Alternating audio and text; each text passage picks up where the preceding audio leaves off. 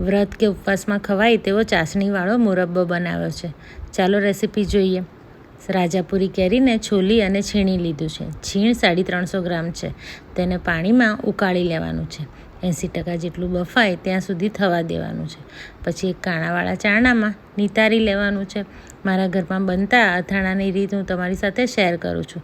જો રેસીપી ગમે તો લાઇક, શેર ને કોમેન્ટ જરૂરથી કરજો. હવે આ નિતારેલા છીણને તરત જ પાછું તપેલીમાં લઈ લેવાનું છે અને તેનાથી ડબલ એટલે કે 350 છીણની સામે 700 ગ્રામ ખાંડ લેવાની છે. ખાંડને કેરીમાં સારી રીતે ભેળવી લેવાની છે. છીણ ગરમ હોવાથી ફટાફટ ખાંડ ઓગળવા લાગશે. એકદમ સહેલી રીતે અને ઝડપથી બનતો આ મુરબ્બો એકવાર જરૂરથી ટ્રાય કરજો. આખું વરસ તમારો મુરબ્બો એવો ને એવો જ રહેશે. હવે ગેસની ફ્લેમ ઓન કરી તપેલીને ગેસ પર મૂકવાની છે અને ધીમા તાપે ચાસણીને થવા દેવાની છે. મુરબ્બામાં નાખવા માટે કાજુ, ઇલાયચી, તજ, મરી અને કેસર તૈયાર કર્યા છે. ચાસણીને ચેક કરતા રહેવાનું છે. થોડા ફીણ આવવા લાગે એટલે ચેક કરશો તો લગભગ એક તારની ચાસણી બની જશે. બહુ ઘાટો તાર નથી બનાવવાનો. અત્યારે ચાસણી થોડી પતલી લાગશે પણ મુરબ્બો ઠંડો થશે એટલે થોડું ઘટ્ટ થઈ જશે.